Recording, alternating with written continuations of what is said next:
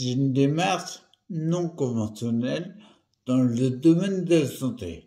Mais ça veut dire quoi?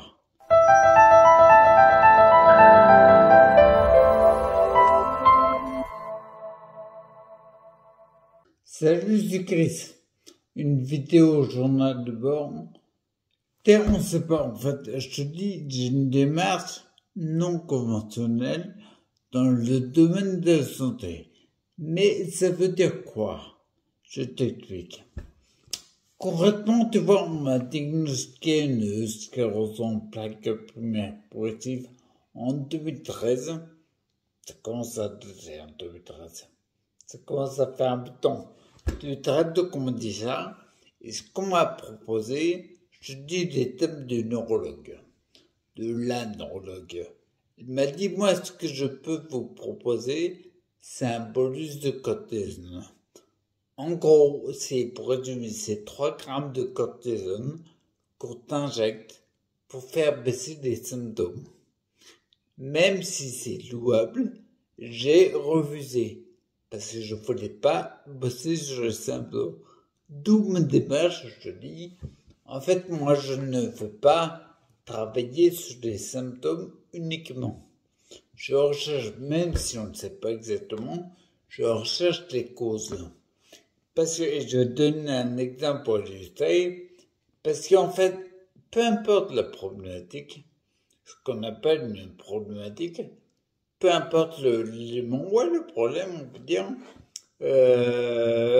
si tu agis que sur les conséquences, les symptômes, tu peux pas faire de résultats durables.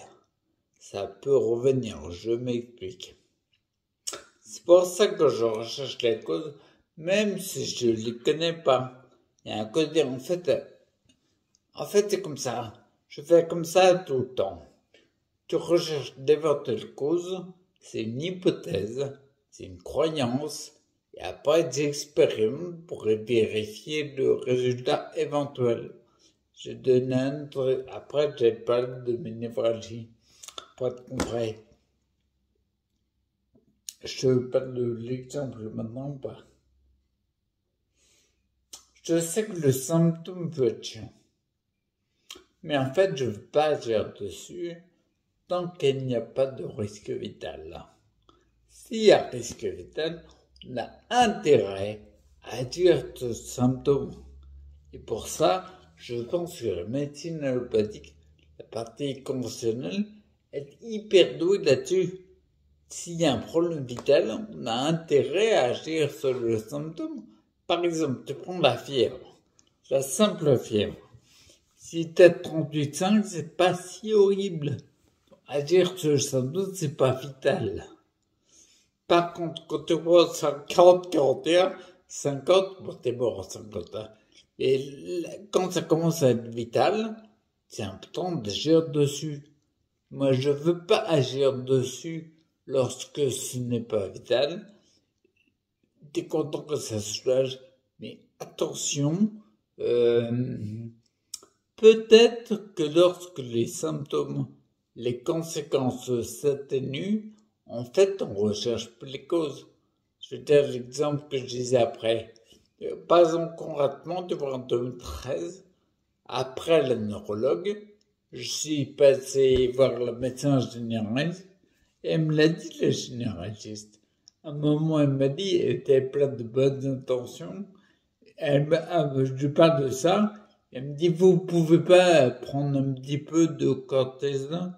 C'est pour atténuer. C'est pas un méga bon sentiment. Et je lui dis, texto, je dis, mais je me connais trop. Si les symptômes disparaissent, je vais plus chercher. J'arrête. Et je reprends ma vie comme tout le monde. Donc, les conséquences des actes que je faisais, qui engendrent éventuellement les conséquences, j'ai continué à les faire. Parce que la conséquence, le symptôme a diminué. Donc, je lui ai dit, ben non, je veux pas, en fait. Je veux rechercher des causes. Je vais te prendre un exemple et après, je vais te parler de mes névralgies pour être concret. Prenons un exemple pour illustrer. L'exemple de la salle de bain, de Jacqueline et Marie-Claude.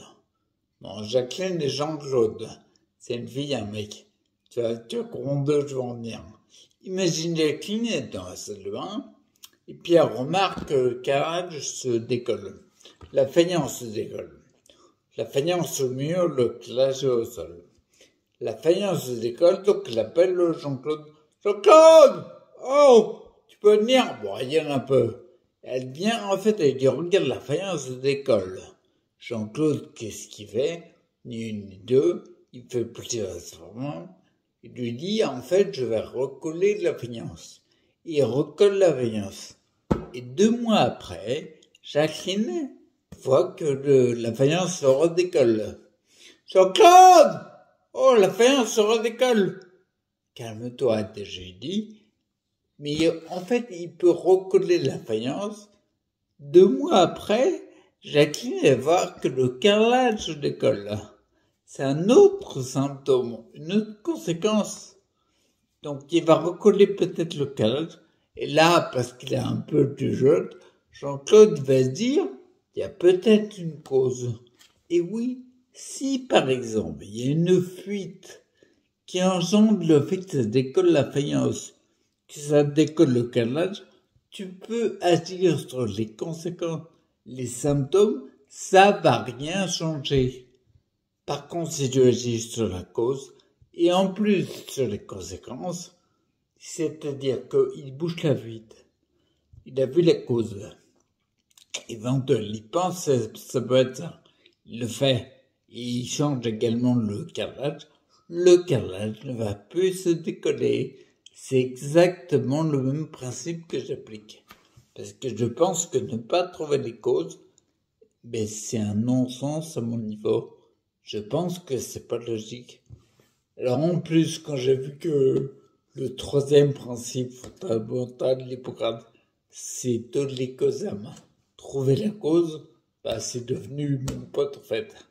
Et là où je vais dire, pour être concret, quand je l'ai fait pour moi, quand j'ai appliqué pour moi, par exemple mes névralgies, j'avais des névralgies derrière l'oreille, c'est une douleur, c'est vraiment douloureux. C'est vraiment très très fort. Et c'est à répétition en fait. D'un coup ça arrive, c'est très fort, ça se sombre. Et toutes les 30 secondes ça revient. Et quand j'ai senti ça, j'ai posé une éventualité, j'ai fait un pronostic sur l'éventuelle cause. Je me suis dit, tiens, peut-être que c'est les matières métalliques en bouche qui me créent un phénomène qu'on appelle électrogalvanisme, qui me crée une tension électrique. Et du coup, après, ça ressemblait à une névralgie. J'avais une forte tension dans l'oreille.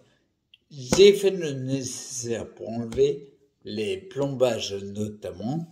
Je n'ai plus aucune névralgie. J'ai plus rien. Ça fait depuis des années que j'ai plus de névralgie. J'en ai parlé au dentiste qui est devenu un pote. Pascal Jeanne, pour ne pas le nommer. J'ai nommé, mais il est vachement cool. Et en fait, bah oui, quand tu as des matières métalliques en bouche, ça peut être très très très délétère. Donc j'étais bien content de gérer.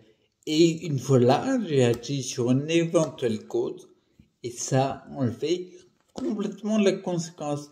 C'est terminé. Pour moi, je pense que c'est capital. C'est d'une logique implacable d'agir sur les causes. Pour finir, tu vois, j'ai bossé en mécanique. La formation que j'ai faite, c'est une option génie mécanique d'entreprise, pas de voiture, mais plutôt les machines automatisées, tout ça. Bah, à chaque fois, quand il y avait une panne, tu cherchais tout le temps la cause. Je disais pas sur la conséquence. C'est pas ça que je trouve ça logique. Donc j'invite grandement à agir sur la cause. Je t'invite à suivre ma chaîne parce que je vais faire des vidéos comme ça. Le style que tu as là, en fait, c'est les vidéos que je vais faire aborder beaucoup de thèmes, tous des thèmes que je connais, que je maîtrise. Et puis, Et ben, je dirais, tu verras bien, c'est une surprise en fait. Et oublie pas, il y a des vidéos journal de bord comme celle-là, mais il y a aussi les vidéos croquées qui sont les meilleures de ma première chaîne. Des vidéos bilan, tous les trimestres et surtout les vidéos formation où je mets devant une caméra comme ça et je dis des trucs, je pense, intelligents, tu me diras, sur les éléments que j'applique pour avoir plus de santé. Et je pense que ces infos-là, que j'ai récupérées de partout, puisque ça fait plus de 10 ans et je me renseigne à fond, j'adore prendre de l'info là et l'appliquer. Donc ça veut dire que c'est de l'info que j'ai eue, livre, internet, vidéo, MP3, peu importe l'origine. Ensuite, j'ai expérimenté et je te le lis maintenant, ok? Donc je te souhaite à fond de rester acteur pour ta santé et il n'y a rien de mieux de se former pour rester acteur, ok? Rester acteur pour ta santé. Je crois que j'ai déjà dit ça. Les acteurs, à plus. Ciao.